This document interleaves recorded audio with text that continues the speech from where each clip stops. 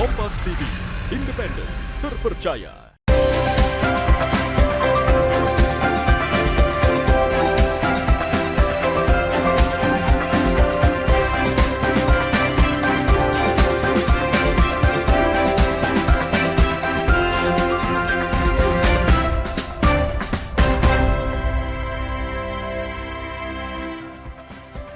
Selamat pagi saudara, apa kabar Anda hari ini? Senang sekali saya Linda Wirawan dapat kembali menjumpai Anda di program Sapa Sulsel edisi kali ini. Seperti biasa kami akan menghadirkan beragam informasi unik dan menarik tentunya untuk menemani aktivitas Anda di pagi hari ini. Saudara, di musim kemarau ini sejumlah daerah mulai mengalami kesulitan dalam mengakses air bersih. Selain PDAM, ada instansi lain yang memang juga membantu warga untuk dapat mengakses air bersih, seperti Asosiasi Sistem Penyedia Air Minum atau SPAM. Lantas wilayah mana saja di Kota Makassar yang bisa mengakses air dari SPAM ini, dan apakah akan tetap bisa mengaliri air ke warga dengan mengandalkan air tanah atau biasa disebut dengan sumur bor? Nah, untuk menjawab pertanyaan-pertanyaan tersebut, saat ini saya sudah bersama dengan narasumber, yakni Pak Husni Mubarak, selaku Ketua Asosiasi Sistem Penyediaan Air Minum atau SPAM Makassar dan Sulawesi Selatan. Ya. Pak Husni, selamat pagi. Selamat pagi. Bagaimana kabarnya hari ini, baik, Pak Husni? Baik. Oke, nah ini kita bakal menjawab nih Pak pertanyaan-pertanyaan yang sudah saya tanyakan di awal tadi. Namun sebelum itu mungkin Pak Husni ini bisa bercerita sedikit mengenai sebenarnya apa itu SPAM dan program-program apa saja yang dimiliki sama SPAM. Silahkan Pak Husni. Sebenarnya dari awal kami ingin selalu promosikan ini apa itu asosiasi SPAM. Ya. Karena itu menjadi sebuah alternatif ketika musim kemarau tiba. Jadi kami itu punya program menuntaskan persoalan air di tengah-tengah masyarakat dalam bentuk ada program namanya PAMSIMAS, kemudian Kotaku, kemudian USAID kemarin juga, kemudian ada air bersih dari Kota Makassar, kemudian di kabupaten kota juga demikian. Ada perluasan jaringan. Perbedaan antara PDAM dengan PAMSIMAS itu, PDAM itu adalah perusahaan daerah air minum ya. Kemudian PAMSIMAS itu sendiri adalah program, ini program nasional yang masuk ke Sulawesi Selatan itu dari tahun 2008 awalnya, dibawa oleh PNP Mandiri pada waktu itu. Kemudian ini dananya bersumber dari donor dari PBB. PAMSIMAS ini Pak ya? PAMSIMAS ya. Jadi di tahun 2008 itu dibawa oleh dananya oleh PBB, kemudian bantuan Belanda, kemudian Australia, kemudian USAID sendiri. Tapi tahun 2000 itu dihentikan, dirasa Indonesia ini sudah mampu untuk berdiri sendiri. Tahun berapa itu Pak lebih tepatnya? Tahun 2001. 2021. Oke. Jadi 2021 sempat terhenti, mungkin jeda 1 tahun, tapi akhirnya disambung karena ini banyak masukan daripada warga bahwasanya harus ada memang daerah-daerah yang susah air bersih yang tidak dijangkau PDAM itu SPAM masuk, PAMSIMAS masuk. Dan di awal 2022 masuk lagi kembali. Sampai sekarang ini PUPR mengcover wilayah-wilayah di mana yang susah mendapatkan air bersih. Baik, untuk PAMSIMAS ini Pak, mungkin bisa dijelaskan bentuk air bersih seperti apa yang disediakan kepada masyarakat? Seperti apa prosesnya Pak? Ya, jadi PAMSIMAS itu prosesnya itu kadangkala kemarin 2008 itu masih mengandalkan kerjasama sama PDAM. Akan tetapi setelah saya pikir-pikir, setelah saya menjabat jadi ketua di tahun 2009, 2021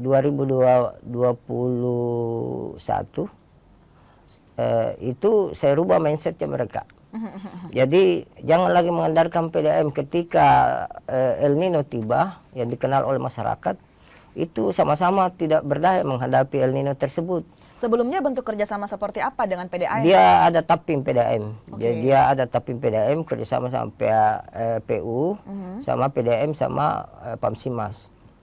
Jadi PAMSIMAS yang menyiapkan instalasi, kemudian PU yang PDAM yang memberikan air. Oke, Ya. jadi sumber airnya berasal dari PDAM, Pak ya? Ya, akan tetapi selama saya jadi ketua, saya rasa ini tidak logis kalau sama-sama jatuh ketika menghadapi El Nino. Oke. Jadi saya berpikir sekarang kita kembangkan sistem sendiri, yaitu pengeboran sumur tanah dalam dan tanah dangkal. Jadi kami juga punya sertifikasi dalam menjalankan atau mengelola air. Jadi ada 32 sertifikasi yang harus dilewati uji coba masalah higienis untuk masyarakat. Jadi air yang kami produksi itu sangat higienis untuk masyarakat dan Jadi jauh sudah dari tidak bekerja kotoran. sama lagi dengan PDAM, Pak? Sekarang ini boleh dikasih saya sarankan jangan lagi kerjasama sama PDAM. Terbukti dengan kejadian kemarin di 2023 El Nino, itu kami masih eksis menghadapi. Malah kami membantu beberapa kecamatan. Dan mudah-mudahan tidak terjadi di tahun 2024. Tapi kalau terjadi di tahun 2024 ini, maka kami dari Pamsimas siap membantu Kota Makassar untuk menyalurkan air. Dan mungkin 2 minggu dari sekarang kami akan resmikan stasiun air sebagai contoh untuk pemerintah kota untuk menangani persoalan air bersih yang terjadi di tengah-tengah masyarakat. Jadi boleh dikatakan kalau sekarang Pamsimas ini 100% menggunakan sumur tanah seperti apa, Pak?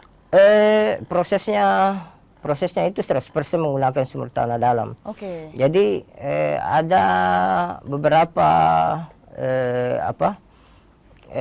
penelitian untuk mendapatkan sumur tanah dalam yang banyak airnya.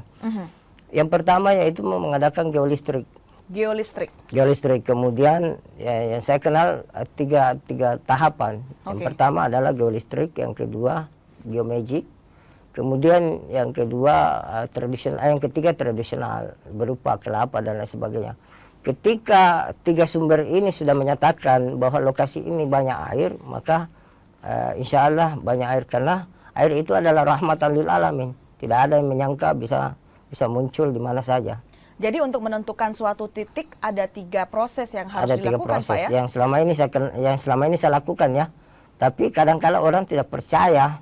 Yang kedua itu ya geomagic sama tradisional. Tapi itu yang saya pakai selama ini.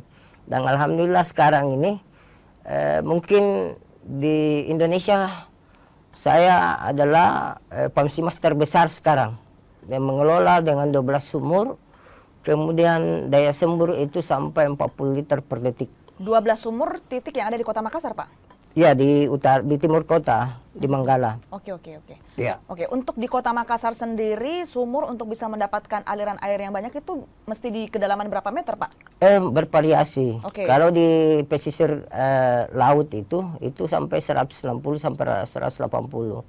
Kalau di timur kota seperti di Manggala itu antang bisa sampai 50 sampai 100. Itu sudah bagus. Tapi kalau daerah-daerah lain harus memang dalam, karena terjadi pencemaran di bawah tanah ini. Sehingga kita harus memprotek masyarakat. Jangan sembarang mengambil air. Karena ketika di atas 40 meter, itu adalah air permukaan yang akan kita tarik. Itu air permukaan bersumber dari jamban, drainase, kemudian dari genang-genang air, itu semua masuk. Ketika kita menarik air di kedalaman 40 meter itu sudah bersih. Dan itu alam ini sudah sempurna diciptakan Tuhan. Sudah adakah penelitiannya, Pak, soal itu bahwa di kedalaman 40 meter pasti bersih? Geolistrik yang menyatakan itu. Kemudian sampel air itu kita olah kembali, kemudian kita bawa ke laboratorium. Labkes Kementerian itu menyatakan bahwasanya ini aman untuk dikonsumsi. Jadi sekarang ini bukan lagi kita menyalurkan air bersih, tapi air siap minum, air sinum namanya. Itu di Pamsimas. Air siap minum. Air siap minum.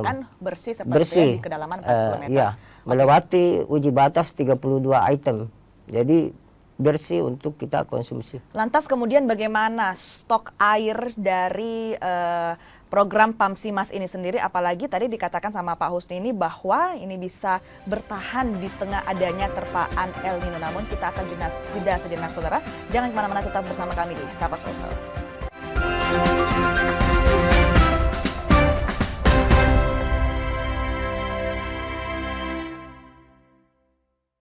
saat menangkap, mengumpulkan, dan mengolah peristiwa. Secara paksa oleh penyidik.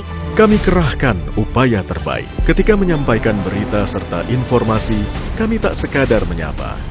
Ada referensi, aspirasi, juga inspirasi yang menjadi misi.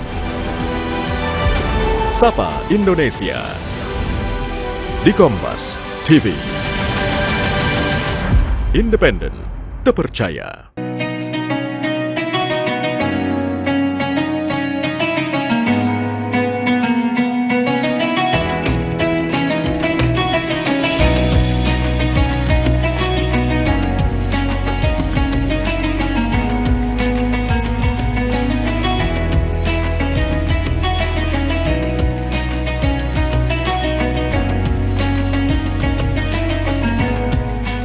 Assalamualaikum warahmatullahi wabarakatuh.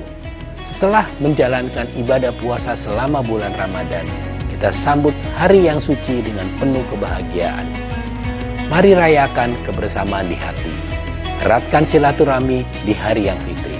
Selamat Idul Fitri 1445 Hijriah. Minal aizin wal faizin. Mohon maaf lahir dan batin. Wassalamualaikum warahmatullahi wabarakatuh. Raih kemuliaan saat menangkap, mengumpulkan, dan mengolah peristiwa. Secara paksa oleh penyidik. Kami kerahkan upaya terbaik. Ketika menyampaikan berita serta informasi, kami tak sekadar menyapa. Ada referensi, aspirasi, juga inspirasi yang menjadi misi. Sapa Indonesia di Kompas TV. Independen, terpercaya.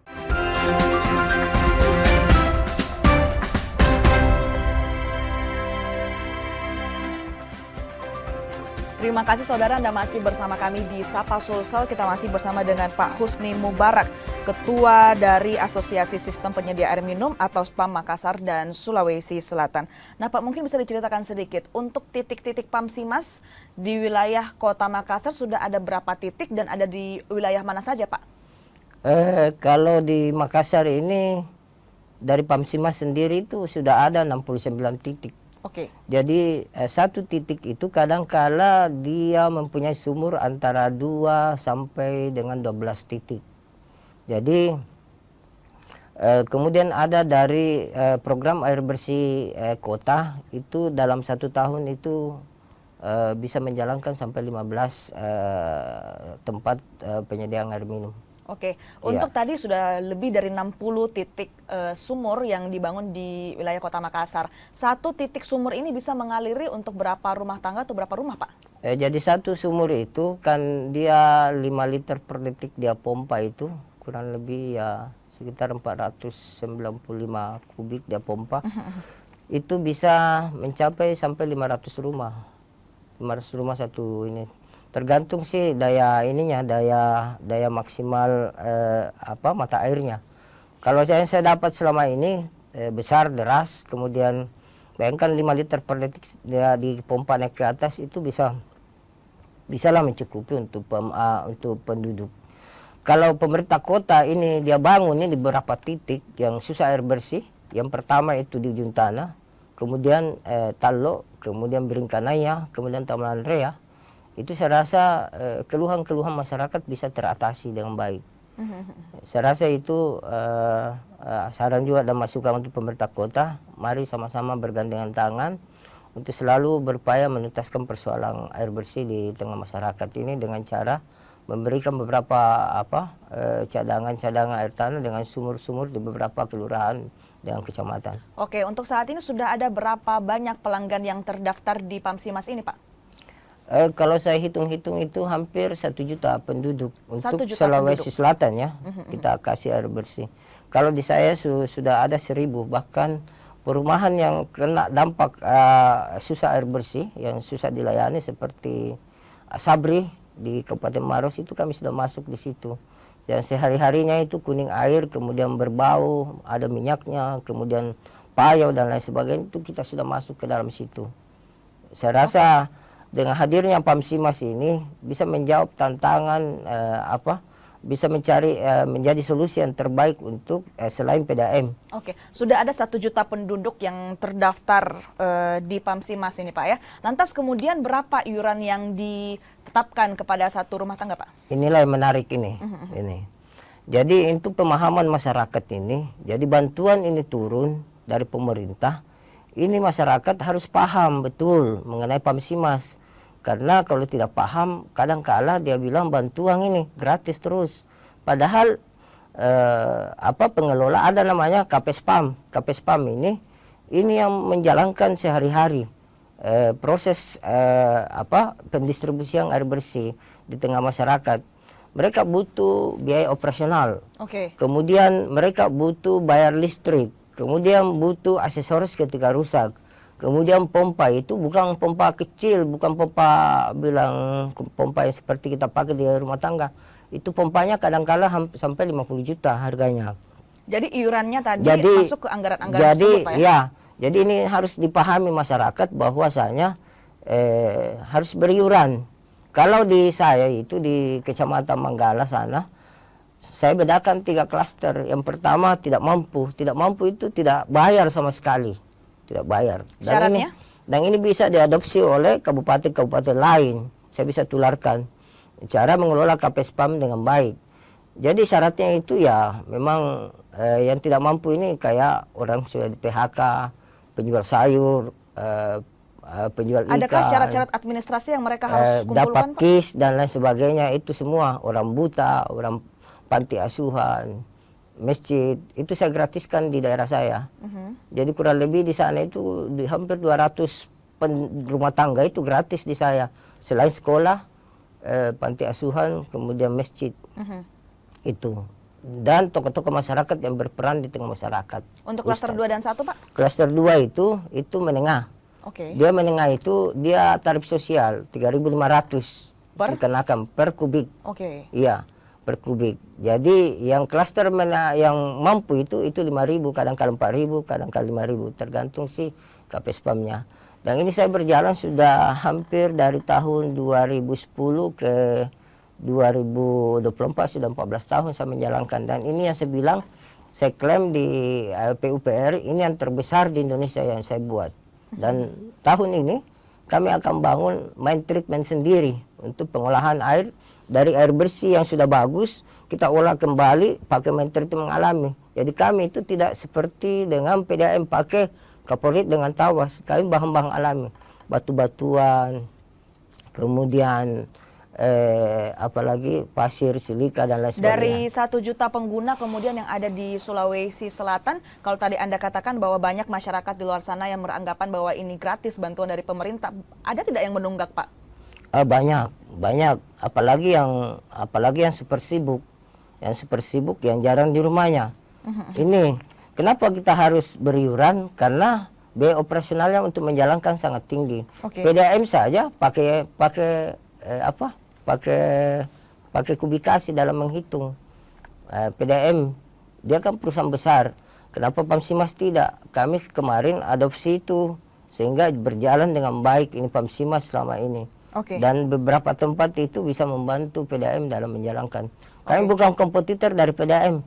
Kami membantu di sela-sela ketidakberdayaan PDAM, kami ada di situ. Dan salah satu solusi untuk masyarakat di nanti ini ketika El Nino itu adalah salah satunya Pamsimas. Di beberapa tempat itu Pamsimas hadir. Di Makassar itu sudah ada 69 titik. Baik, sudah ada 69 titik Pamsimas di kota Makassar. Namun banyak masyarakat kemudian yang mengeluh bahwa air dari Pamsimas ini tidak mengalir ke rumah mereka. Kita akan membahas hal tersebut Pak, namun kita jeda sejenak.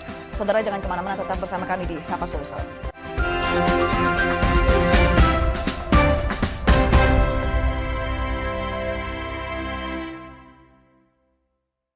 Peristiwa demi peristiwa selalu terjadi dan terus berkembang sepanjang hari. Saat Anda membutuhkan informasi dengan perkembangan berita mutakhir, jadikan kami mata dan telinga Anda untuk berbagai aktualita terkini. Sambut kami sebagai referensi. Ikuti semuanya di Kompas TV, independen, terpercaya. Informasi terkini dari segala lini Pan Berita Utama akan menyajikan sejumlah informasi menarik yang paling mengundang atensi. Kami kompilasi berita pilihan yang sudah kami siapkan untuk Anda dan jadikan referensi utama untuk Anda. Jika Anda tetap bersama kami, terima kasih. Sampai jumpa. Berita utama ikuti pada jam-jam berikut. Live di Kompas TV.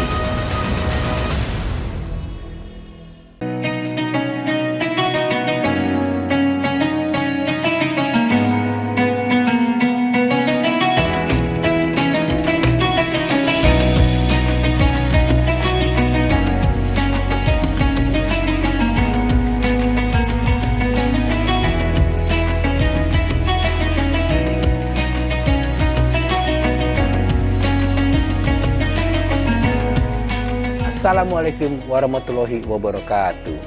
Setelah menjalankan ibadah puasa selama bulan Ramadan, kita sambut hari yang suci dengan penuh kebahagiaan.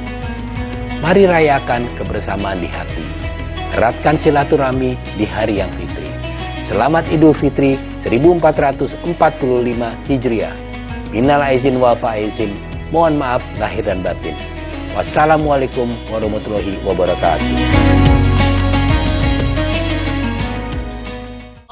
Raih kemuliaan.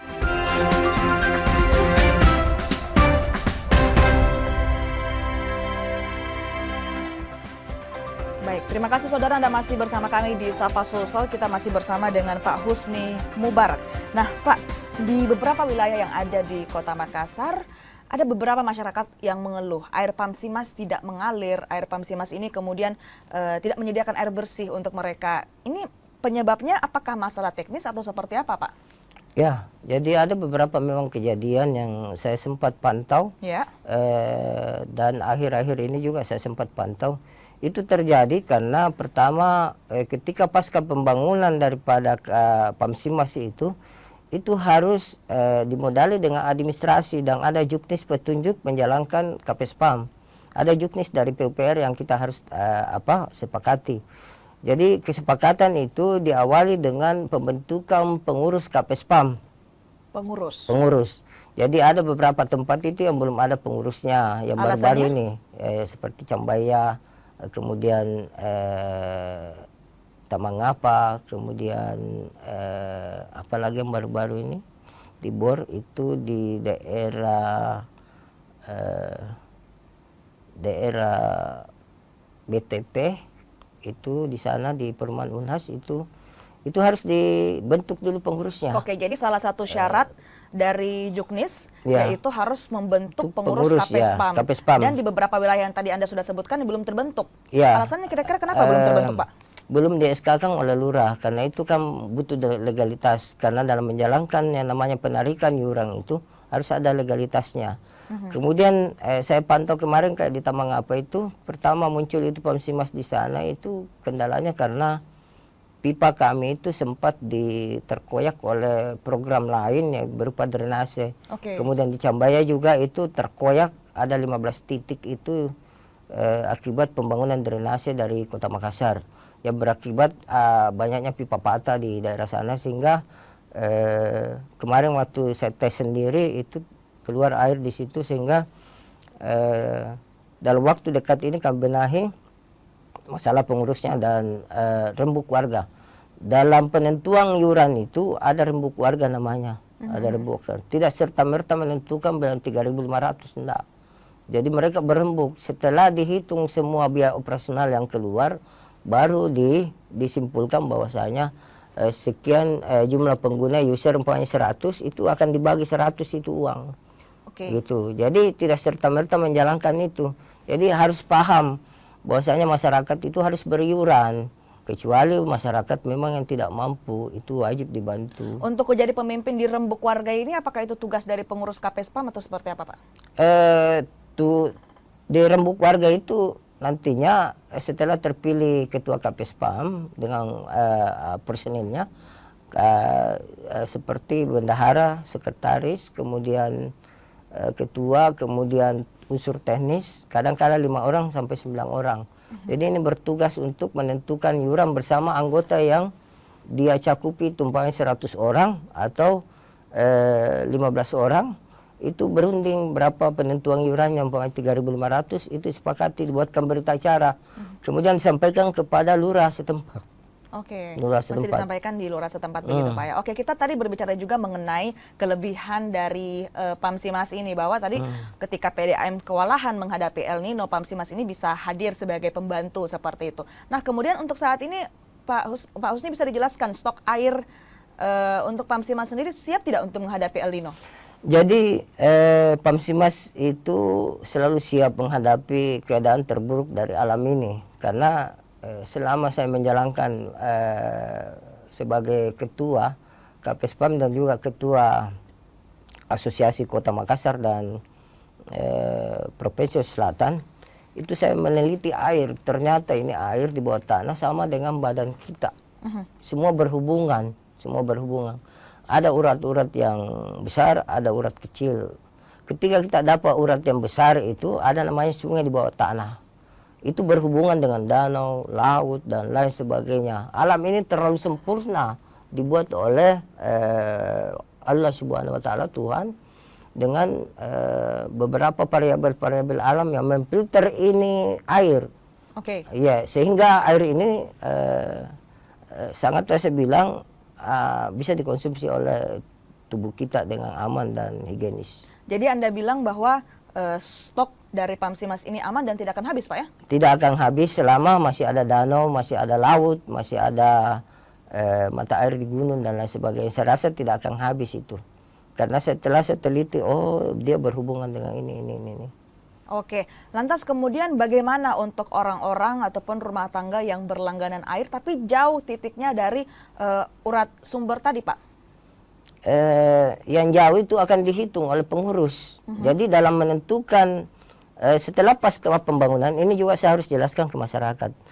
Yang bisa di-cover oleh Pamsimas itu dalam 1 tahun itu tidak semua masyarakat bisa di-cover. Pemain dalam satu tempat itu hanya 11 kayak di Cambaya 13 orang bisa di-cover. Kemudian di daerah Tamangapa itu hanya 63. Kemudian di daerah Manggala itu kemarin dapat program di 2023 itu sebanyak 64 orang. Kemudian Antang itu 63. Setelah pasca pembangunan diharapkan masyarakat ini bisa bergotong royong membeli alat sendiri atau dibelikan oleh pengurus.